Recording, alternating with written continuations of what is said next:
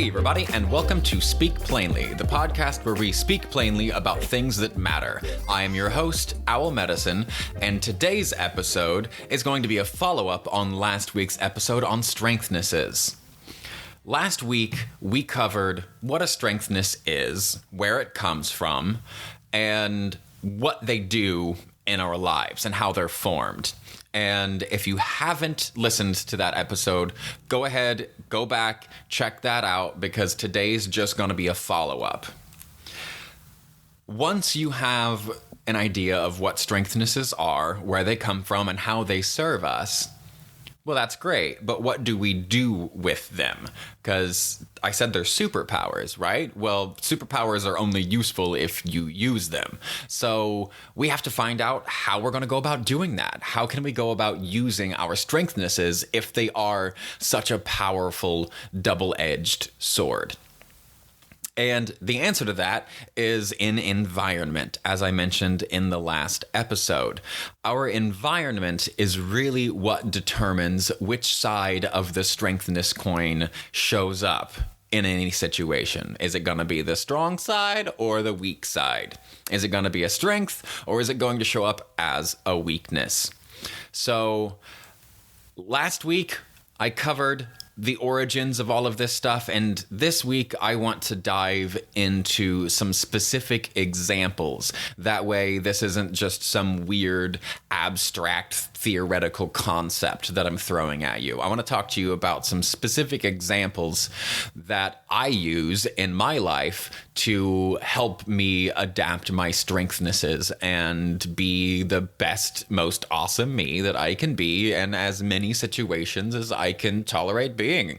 So, let's get started. First off, I need to reiterate that not everybody has strengthnesses. Your strengthnesses are born from suffering. Strengthnesses are born from suffering. They are built by suffering, especially suffering in our early lives. And as unfortunate as it is that people do indeed suffer in their early lives and childhoods, it is a fact of life. And although nobody gets out of life alive and nobody had a perfect childhood, some of us had it worse than others. And the way that our brains and bodies decided to cope with our stressors, over time, leaning on those coping mechanisms grew extremely strong. And I've heard it described that addiction is the progressive narrowing of things that bring us joy. And I see a parallel in strengthnesses. Essentially, when bad things happen long enough and we can rely on our strengthnesses to help us get through all of that suffering long enough, we have a progressive narrowing of coping mechanisms. And our coping mechanisms exist to help us find some peace. You know, screw joy half the time. It's just to help us find some peace in troubled times. And sometimes just not being in that stress is enough of its own reward. When a strengthness is activated in any of us, some people call them triggers. And that works, but I don't like that term, because that term just has so much baggage, and pop psychology tends to distort the usefulness of the terminology that's used in psychology, psychiatry, and the medical world. The pop psychology and the pop science articles do a good job of getting the information out to the public in a kind of synopsized, abbreviated way. But the takeaway that the public often has is usually inaccurate and incomplete. And that's why I don't really like the term triggered, because people, every time somebody's upset, they go, I'm triggered. And that's not useful. No, you aren't triggered, you're upset. For me, I have very specific definitions for things. This is why it's called the Speak Plainly podcast. I have Speak Plainly tattooed across my throat because it's extremely important to me. And when you speak plainly, one of the things that you must be doing is speaking directly to the definitions of the words that you're using and trying your best not to rely on connotations of the word. Now, that's virtually impossible because culture affects all of our definitions for these things. But with triggered, I find this really important because just because you're upset does not mean that you are triggered. For me, I use triggered as a word to mean that that my PTSD was triggered, which means my body has been more or less removed from its current time and place and is reacting in a way that resembles a time and place that my body was under severe threat. And that's what triggered means. And we can get triggered when our strengthnesses get activated, but not just because your strengthness is activated does not mean that you are triggered. It depends on your baseline and where you're at, how much control you have over those knobs that we talked about in the last episode. All of the factors go into whether or not you are triggered or you're just upset. Certain situations will stimulate your strengthnesses in the same way that smelling amazing food will stimulate your mouth to water. It's not good or bad. It just happens due to anticipation. With the case of the food, what you're anticipating is the smelly, yummy tastiness of whatever you smelled. Your body is going, ooh, salivate, get ready for that, because digestion starts in the mouth. So we salivate to get all these enzymes ready to break down food. The same thing happens when our strengthnesses are activated. Our body can ramp up due to our expectations from previous experiences. If we see something that reminds us kind of a traumatizing situation, then our body might ramp up a little bit. If we see something that's very similar to a previously traumatizing situation, then our bodies will ramp up a lot in expectation congruous with our previous experiences. This is why environment is so important for our strengthnesses. The environment in which you're in is pretty much going to determine which side of that strengthness coin is going to show up, because your strengthness doesn't have a choice. It responds the same way it has always responded. It has one job. And some of us have multiple strengthnesses, and each of those strengthnesses have one job. And that job is to protect you. But each strengthness does it in its own way, right? So for me, I mentioned in the last episode, I often feel like I am a lot. It used to be too much, but now I have graduated to just feeling like I'm a lot. A perfect example of how to navigate feeling like you're just a lot to deal with as a person is my mobile living. I am currently in an apartment, and the reason I'm in the apartment is so I can finish my book, and I wanted to launch this podcast and do a few things that required some stability. But previous to that, I was living in a van. And now that I am in an apartment, I live alone. And it works really well for me because I don't have to worry about being too much, because I'm never too much for me. I'm just too much for other people sometimes. I'm a lot, and I do know that. But a lot can be inspiring.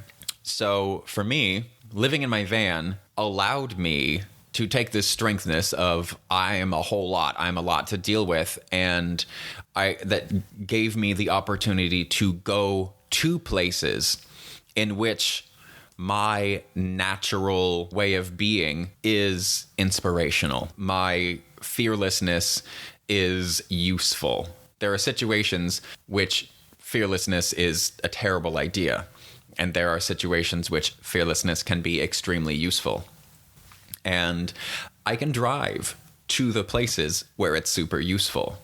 I was able to drive all the way to Standing Rock I spent 6 years in the military, and when the Standing Rock pipeline protests happened in North Dakota a few years back, the federal government sent the Army National Guard. We deployed our military against peaceful Native American protesters. And I self-deployed and drove myself all the way there because that works for me. I know that I'm a lot, and because I'm a lot means I have a lot to give.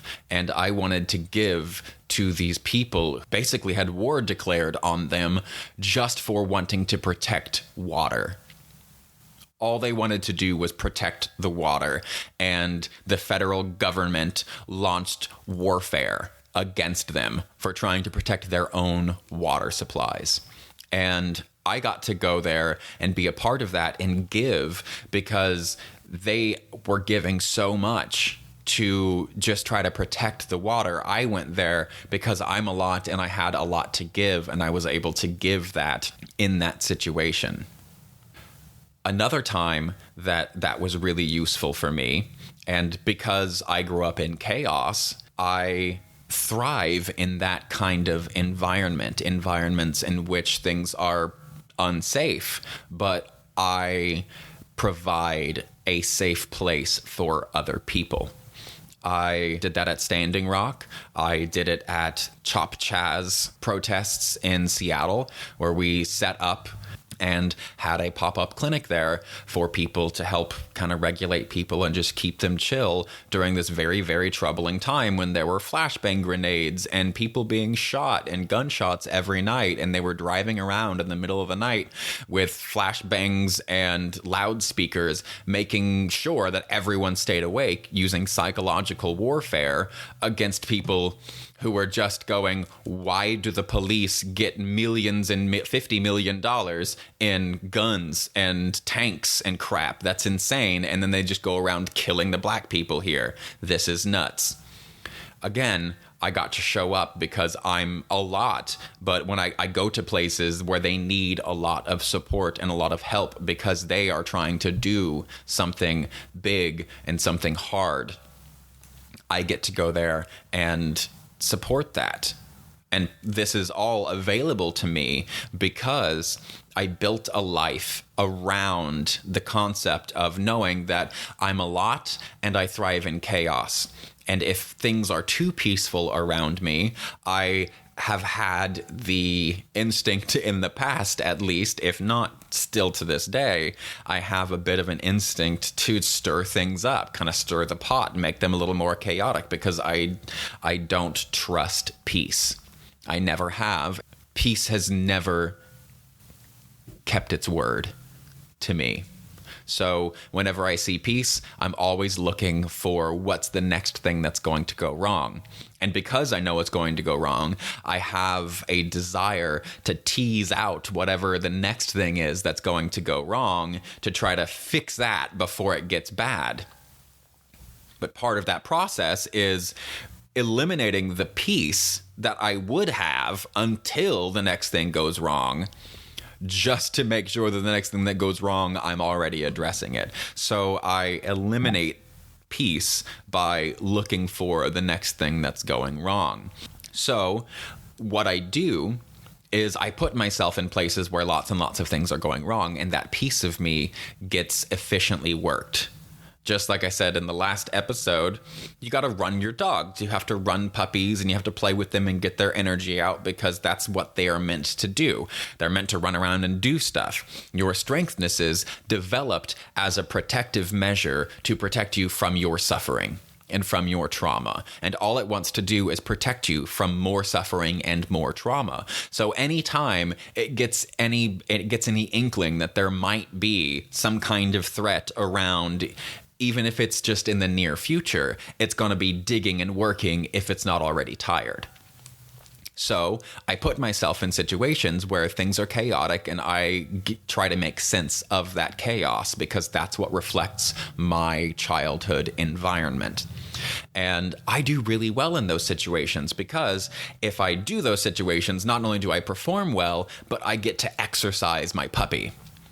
I get to work out my strengthness. My strengthness gets to go, hey, look, I'm useful. And then it gets to be quiet for a little while. And then I get to be in peaceful situations without looking for what the next thing that goes wrong is. And I don't have to worry about accidentally or subconsciously sabotaging myself. Because that's what we do. We don't sabotage ourselves on purpose. It's usually kind of behind the scenes, if not completely behind the scenes, and we don't realize that we self-sabotaged until a day, weeks, months, or years later.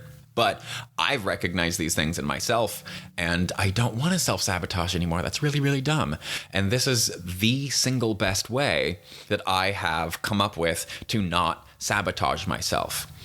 I had to build a life fully and completely that allows me to first and foremost exercise my strengths, which is making sense out of chaos. And I do that and I protect myself by being a lot. By however big the chaos is, I can be bigger, baby. However big that problem is, I will dig deeper. The last story I want to share with you is from my time at the Mexican-American border in Tijuana. And I went down to Tijuana a couple of times, 3 or 4 times now, to help provide relief for refugees that are there waiting to come across to the States. The refugees there face a very special set of circumstances that can be extremely difficult for some of them, depending on where they come from. One of the ways that it's very complicated is most of the people in Mexico that are trying to enter the U.S. are not Mexican. That's a fact. Google it now. Most of the people trying to make it in through Mexico, only 30% of them or so are actually Mexican, and the rest are South American, African, and the deal is Mexico, like a lot of countries, has like refugee clauses to where if you are being abused and or like your life is being threatened in your country of origin, you can run away, and if you make it to Mexico, then you can get a certain amount of asylum. The problem is, if Mexico is not your first country of entry after you leave your country of origin, that is too dangerous for you to stay in, then they don't grant you clemency. So if you come from, say, Africa, and you have to take a series of boats and planes and trains to get from wherever you came from, like Cambodia or whatever, to get over to Mexico, then Mexico was not your first country of entry. And that means that if they run your name, they will deport you. That's the way their law is built. So they have some protections, but they're very, very minimal protections. They have no birthing protections for pregnant women, which is why when we go down there, we work with a wonderful midwife who is doing so much amazing work. But one of the groups that we worked on was a group from Africa that were living in a squat, essentially, in Tijuana. And the reason they were living in a squat and we went to their squat for a treatment session, is because they can't really walk around in Tijuana. Because if they were to walk around and they got their IDs ran by the not great Tijuana Police Department, they would be kicked out of the country and they would be sent back to wherever they came from that they fled to begin with. So they couldn't even come to us, and us being Acupuncturists Without Borders, they couldn't come to us. We had to go to them because it was unsafe for them to even leave their squat.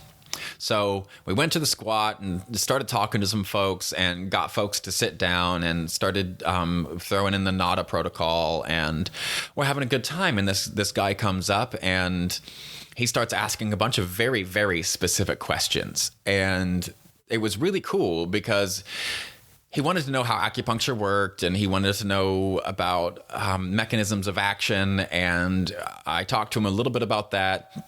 And then he wanted to know about dosage. And he hadn't gotten treated at this point yet. He wanted to know all these things first. The first thing he asked about was where is our like legal medical paperwork? And that was our first clue to like, this guy is not like your average refugee in Tijuana. And about halfway through the conversation, he explains to me and the one other person who's there doing all of this work is that he has a doctorate's degree in physics from the United States. He came over to the United States and did a bunch of schooling, went back to his country and had problems, and then left again. And the day that we talked to him, the day that I got to talk to him, an hour before he sat down and started asking all these questions about how does acupuncture work? What's the mechanism of action? How do you control dosage? What are the ways that this is going to be beneficial to me? He told us that his entire village had just been burned to the ground. The place he calls home no longer exists. As far as he knows, everyone there is dead. Everyone he's ever known and loved who didn't already flee is gone. That happened an hour before we got there. Like within the hour, actually. He did sit down and get treated. We threw in the NADA protocol. Things were great. And we talked and we talked and we talked. And I got to explain to him what the mechanisms of action are. And I talked to him about the 3 different mechanisms of action that we know have an effect in acupuncture, but all 3 together have some kind of synergistic effect that not any one of them can explain. And then when he asked about dosage, I talked to him about the bioelectrical signal and the insertion of an acupuncture needle, changing the bioelectric signal in the body exactly 0.7 millivolts, which just happens to be the resting potential for a neuron to fire. And we talked about the insertion of that and the changing of the bioelectric signal causing the jumping of electrons from one orbit to another. And as soon as that jumping of the electron jumps from one orbit to another, there is a bioelectric signal that it then radiates in 360 degrees all the way around that ripples out. It's radiation, basically, but radiation of an electron. So, and that happens every time an electron changes orbit. You might remember that from whatever age in school where you have to calculate all of where electrons sit in their orbits. And once I broke it down for him in actual scientific physics terms, which nobody else was able to be there for. When we showed up over there to help everybody, there were 5 of us, but then other people had to get pulled to go back and help with births and other things that were happening.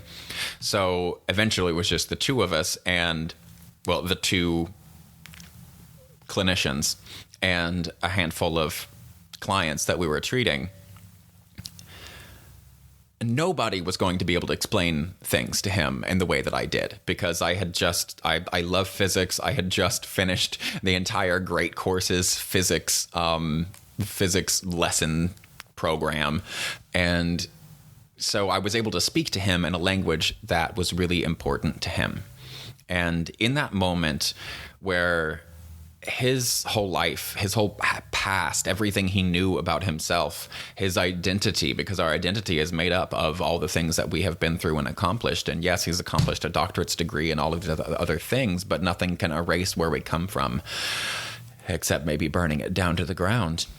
And that doesn't erase it. It just makes it really, really difficult. And in that moment, the needles were great. The treatment was great. However, that wasn't the actual treatment.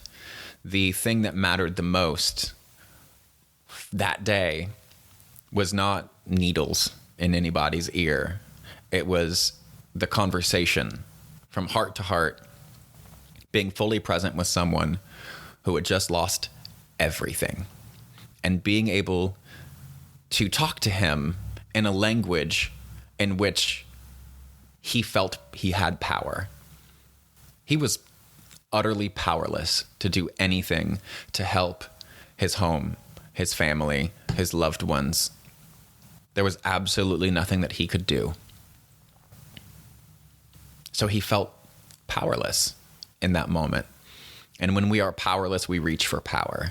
And he reached for his power in the best way that he knew, which is his specialty, physics.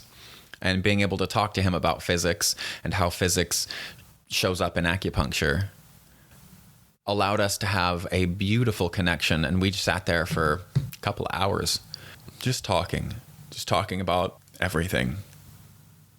That situation was so profound for me. Having that conversation with the guy who, he's a doctor. He has a doctorate's degree in physics, and he is living hiding in a squat in Tijuana. Had I not accepted that I am a lot and that that's actually a gift, I never would have had the guts or the freedom to choose going down and putting myself in that situation to where I could meet this amazing person and have amazing conversations. It took me hours to calm down. I was so thrilled to be able to talk about acupuncture in this way because I've never been able to talk about it in a purely physics way with anybody else before.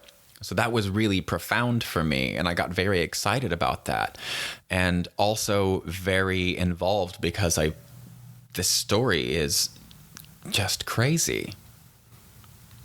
And had I not built these environmental prosthetics, and that's what I call the making adjustments to your environment, had I not created this environmental prosthetic of living in my van, I would not have been able to do that. Because after that, I went back, the day was pretty much over, and everybody was going to hang out and do stuff together, but I couldn't.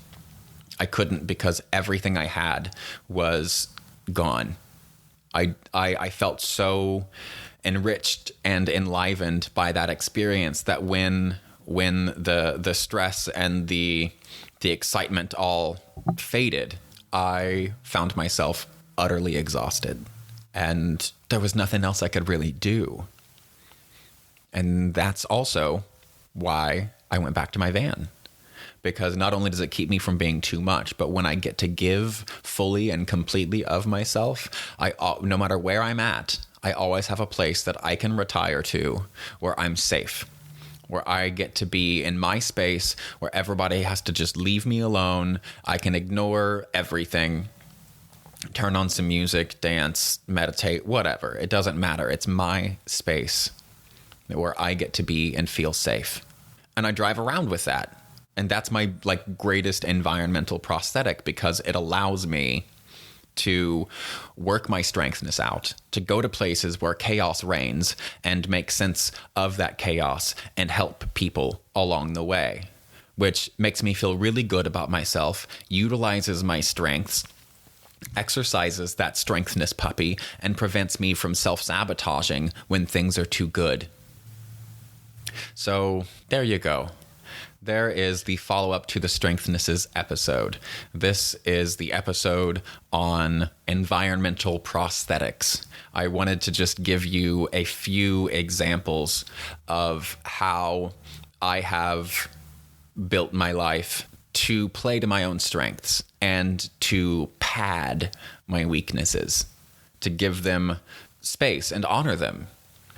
Everything has a cost, and being so fully present and so fully turned on and engaged with the world consumes a lot from me.